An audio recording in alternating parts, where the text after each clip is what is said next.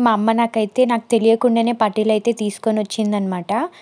పెళ్లి కాకముందయితే నా కాళ్ళలో పట్టీలు లేకుండా ఎప్పుడు ఉంచేది కాదు, చూసేది కూడా కాదనమాట. సో, సడెన్‌గా అప్పుడొచ్చేసరికి వితౌట్ పట్టీలతో నేను కనిపించేసరికి ఏమనుకుందో ఏమో తను. అడిగింది పట్టీలేవి అని, "తెగిపోయాయమ్మా" అని చెప్పేసి అంటే, సరేలే అని చెప్పి వెళ్ళిపోయింది. తర్వాత నేనైతే అనుకోలేదు. సడెన్‌గా మళ్ళా నెక్స్ట్ డే మార్నింగ్ అయితే నా దగ్గరకొచ్చింది. వచ్చి "నీకోసం పట్టీలయితే తీసుకొనొచ్చా, ఇదిగో తీసుకో" అని చెప్పింది. నాకు చాలా ఎమోషనల్‌గా అయితే అనిపించిందనమాట. ఎవరున్నా లేకపోయినా మా అమ్మని ఎక్కువ నేను ఏది అడగనండి. ఎందుకంటే వాళ్ళని ఇబ్బంది పెట్టడం ఎందుకని చెప్పేసయితే అడగడానికి వెళ్ళను. ఒకవేళ మా అమ్మకి నేనది కావాలి అని అడిగానంటే తప్పకుండా ఇవ్వకుండా అయితే ఉండదు.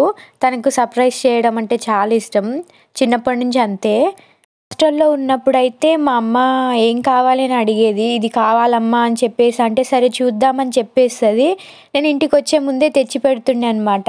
నాకు చాలా హ్యాపీగా అనిపిచ్చేది. సేమ్ ఇప్పుడు కూడా అంతే. ఇది కావాలి అని చెప్పేసి అంటే ఫస్ట్ తిడతది. తర్వాత తెలియకుండానే తీసుకొనొచ్చేస్తది.